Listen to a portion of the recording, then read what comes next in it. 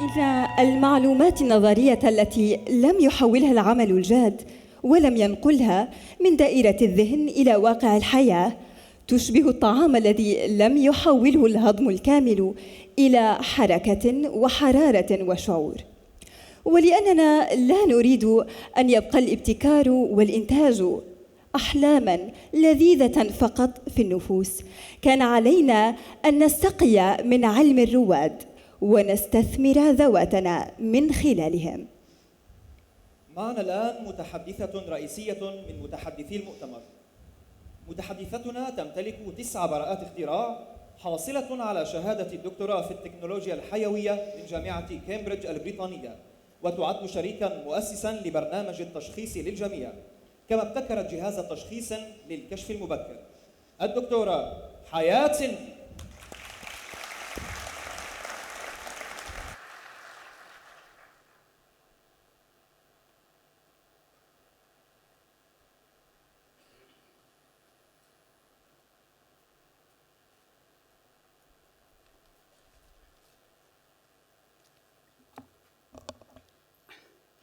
بسم الله الرحمن الرحيم، والصلاة والسلام على أشرف الأنبياء والمرسلين. Your Excellency Dr. Mohammed Abu Romana, distinguished guests, ladies and gentlemen, Assalamu alaikum wa rahmatullahi wa barakatuh. It is really my great honor to address you all this morning. And thank you very much for the invitation to be here with you. This is really my, what I say, my pleasure. And it's my honor, really. I'm so delighted. I'm going to talk to you today about my journey, the journey that I have lived through innovation as scientist. My long passion in life, how can I make the impact of science reach every single human being in the Middle East and in the world?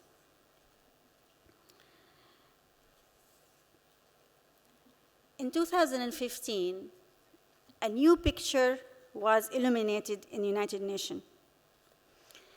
This is the Sustainable Development Goals, أهداف التنمية المستدامة, SDGs. Here, what is the Sustainable Development Goals? What is SDG? It's a universal call. How we can look after our planets. How we can make sure that every single human being live in dignity and prosperity. Access to education, water, health, and also address inequality. At the same time, this is the first time ever all members of United Nations, 193 countries, agreed in one thing. They agreed that the heart of SDG, to accomplish SDGs, Sustainable Development Goals, science, technology, and innovation should be set in the heart of it. Which is great because it's the key uniting the decision makers with scientists. And here, government has stated they want the best technologies, they want the best scientists to address the challenges. How are we going to address climate change or renewable energy, or how we can access children die every year, 4 million from polluted water, how we can address that. So the government want the best scientists, they want the best technologies.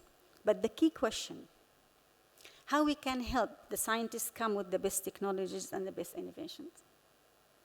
Hold that to that question. But first,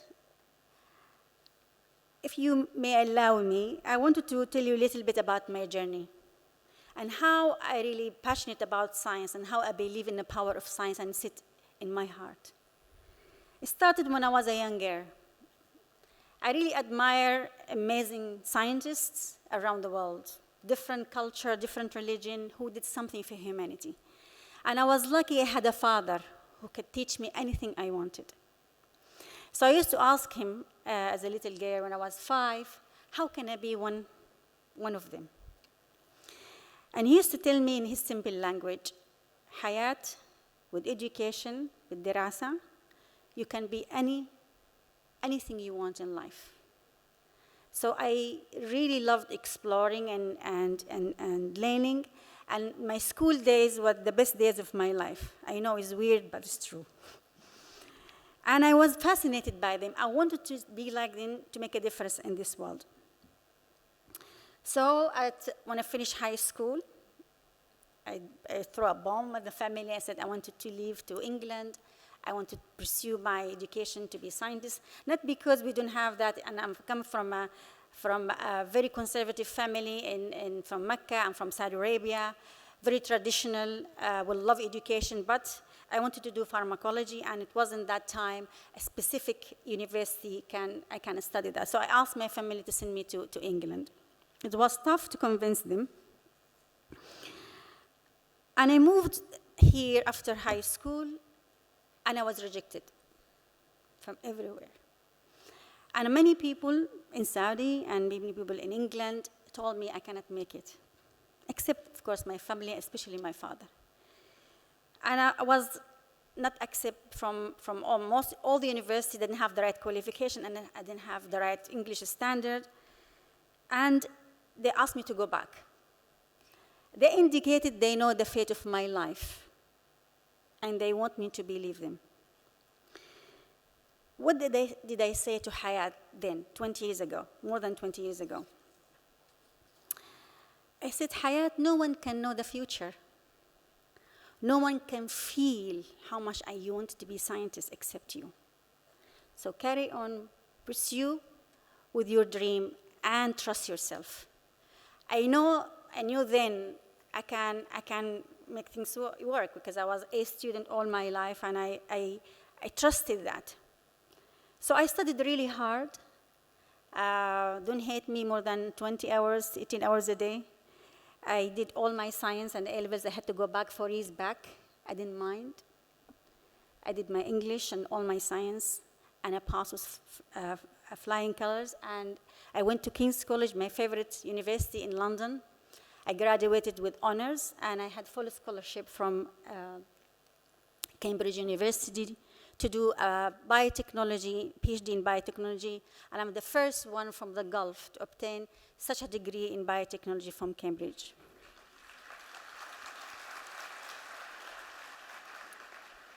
Yeah, sometimes I remain proud of that. So then I took that passion. I wanted to connect that passion to help communities as the greatest scholars in the past. Those heroes, which I call them heroes, that I looked up, they really defined the modern science that we experience now. They laid the foundation, and they understand very well the people's need. And then I can say policy decision makers were very much aligned with scientists. And the history can tell us, the smartphone, the cars, boats, the computer, GPS, the life-saving medical technology demonstrate the amazing power of science. But however, today, I don't believe the scientific campus is aligned very well with the people need. So one repair I would like to do with science is to make sure it's really touched with the needs of people and thinking outside the box. But this is not easy, of course. How are we going to increase the capacity of scientific engine in the developing world, especially in the developing world? And that succeeds in fast enough time to address the challenges, the Sustainable Development Goals. In 2030, everybody has to really answer for that. My intuition is we need to be flexible. I can explain that in a minute. Relaxing barriers. We need to try to bootstrap the scientific engine. And we need to take a different way to tackle things. One critical concept to do that is innovation, social innovation. And I would like to say that social innovation, it really helped me to see a clear vision of the complex world. What is meant by social innovation? Social innovation is basically building strategies, concepts, that strengthen civil society, so people can have access to education, health, everything. So how we can strengthen civil society, not just like addressing challenges came to us by the media. We should really think about long strategic, how we can really evolve or involve the community to be able to address the challenges. But how we can do that, I think in the discussion, an earlier introduction, I just give you an example of my journey. That's why I wanted to to address the questions, how we can boost the scientific engine. At Harvard, with my scientific team, we came with an idea about a diagnostic tool from paper, and how with a drop of blood, we can analyze blood and give you change of color to test for liver dysfunction. So 4 or 5 million people who die every year because of the drug they take for the TB and HIV, they can monitor the blood, the liver. But they had no clue how to take this idea from the lab to the hand of community. And this is the journey that we need to concentrate on. And this is the journey that all of you need to understand, please. So my professor really threw me at Harvard Business School. It was very tough for 2 years. I didn't speak that language. I came out from my comfort zone. I was so happy in that bubble. Harvard, one of the best 5 labs, Whiteside labs. It's called George Whiteside Lab in the world. Protected, do my research, funding unlimited, mixed with the best brain in the world. And I came to Harvard Business School to learn different language, to translate that idea to the market. And I felt for 2-3 months, the dumbest person and the stupid person in the world because I didn't speak that language. But I had to really search for the right community for help and support. Because even then, with that type of institute, people, they don't believe in that type of innovation, social innovation. They told me this is not a real science. So I couldn't really generate another team with Harvard Business School, so I had to really search for the right people. And then I said to myself, if I do believe in the fire of imagination, if I do really believe in the power of social innovation, I really should go on and continue and grasp that benefit of science to help the poorest people in the world. And guess what happened?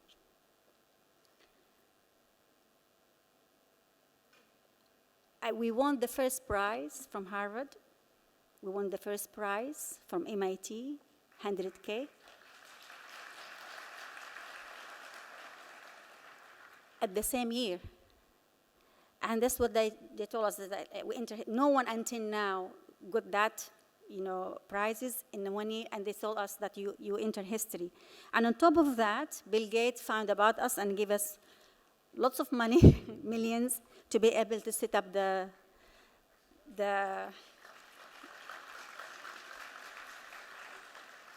non-profit. We are the only one competing in MIT for non-profit. Everybody told us you're not going to win.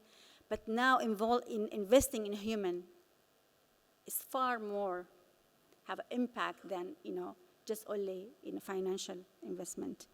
And we set up a company called Diagnostic for All to provide low-cost diagnostic for health. And also, after I left Harvard, I found that a lot of scientists very much engaged with their own career, making publication, worry about tenure and funding. And I found the concept of social innovation is still not grasped. So I had to become social innovator.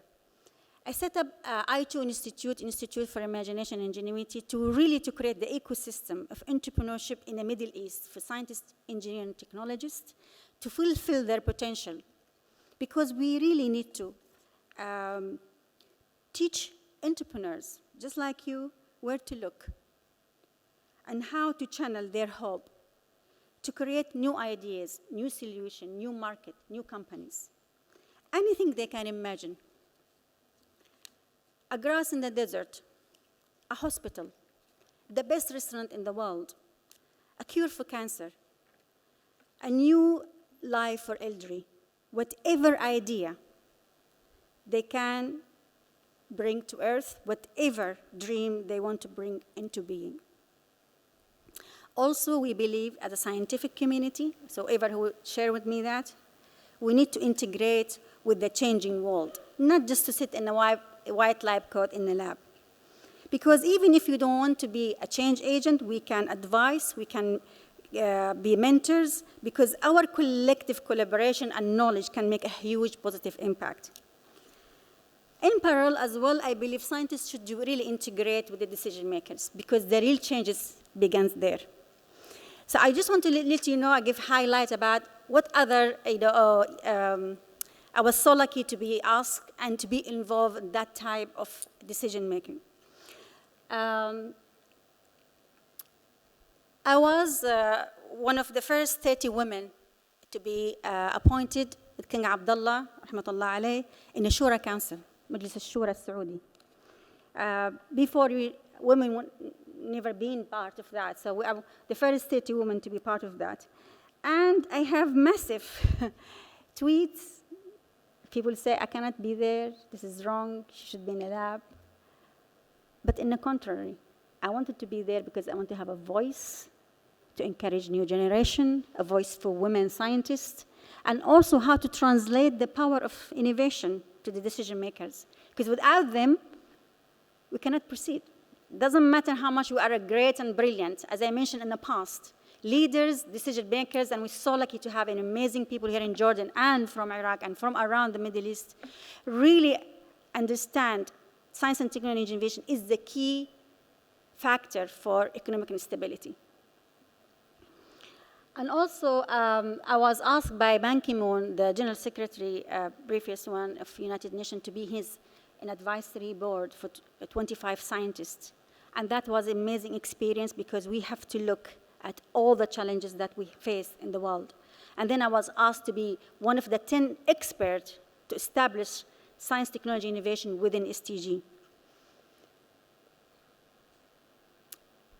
And also the Prime Minister of Malaysia, his Science and Innovation Council of 2015-2020, to be able to connect with the decision maker, with all ministers, all the challenges they face in every single ministry. And also regarding this, I get the global Bill Clinton Prize for entrepreneurship and in civil society, and I was lucky to receive that because that also brings me connectivity and network. And I become the Goodwill Ambassador for Sciences, the first Goodwill Ambassador for Science at UNESCO, 2012. And I sit in many different platforms to help women, education system around the world. And I'm now the senior advisor to His Excellency Dr. Bandar Hajjar in Islamic Developed World Bank. And we set up from scratch. We are the only multilateral bank, have a department for science, technology, innovation, and we set up a fund called Transform Fund for $500 million. So please, I'm sure most of you apply. And we set up one-of-a-kind digital online platform for transfers of technology called Engage. Why I'm mentioning all of this? Because I just mentioned to you where I come from. I didn't, as mentioned Ahmed, I didn't see a lab in my life. And, I wanted to be a scientist. And I became the advisor to the General Secretary of the United Nations and ambassador for sciences. So if I can make it, all of you, I'm sure you can.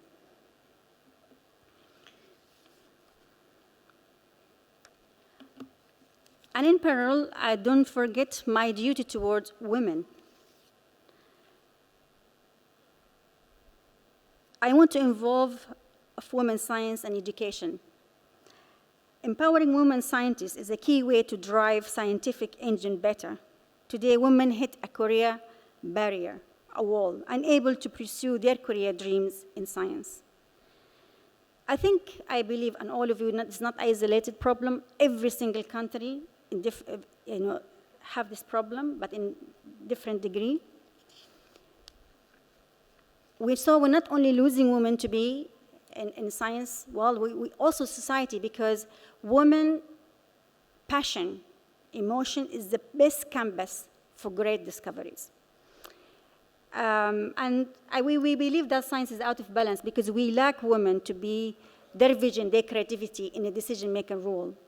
And to emphasize that, we need to sell the story that resonates with women, like the benefit of technology, not just dry, when there's technology like MRI. What is MRI? It could be very dry for most women, but if we emphasize on the story of the benefit of MRI, it will be great engagement. And the Sustainable Development Goals is the best frame to give women the right resonate with them about how they can channel their ideas to help humanity.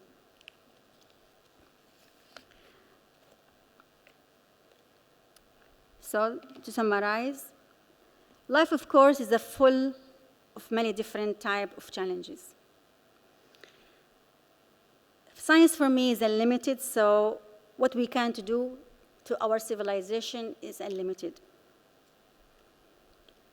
I found the most common way to fail in life is not to try. And that's from my experience. I'm sure you will hear that, but that's exactly from my experience. If I didn't try with Harvard, if I didn't try when I came to England, if I didn't try with my family, if I didn't try to go out of my comfort zone, I won't be here. And don't let people, of course, tell you it's not possible. People can have their opinion, but nobody can tell the future. And I've learned through travel and study, 1,000 miles or 1,000 years, you find people just like you and me. So everything in business, everything in science, I know, it all depends on connecting together and forming the right team, as you mentioned, Ahmed. And also, all these negativities, if people let you down, I treat my mind a bit like a garden. Cultivating the good things and the beautiful things. I find we have to keep our thoughts healthy, out of negativities. The greatest minds had positive, unbeatable energy. So in conclusion, I think we have now starting to think differently about science. The realigning new start to happen as we plot path to solve SDG, Sustainable Development Goals, as we build scientific knowledge bases, as we nurture the science policy interface with the decision maker, but importantly, we still need to build bridges to local and indigenous local people and community within different fields. Bridges that foster unexpected outputs that use resources of the radar. I personally think social innovation, linking science and society, is very powerful. We will move as quickly as possible, achieving the SDGs and the great challenges. Thank you very much.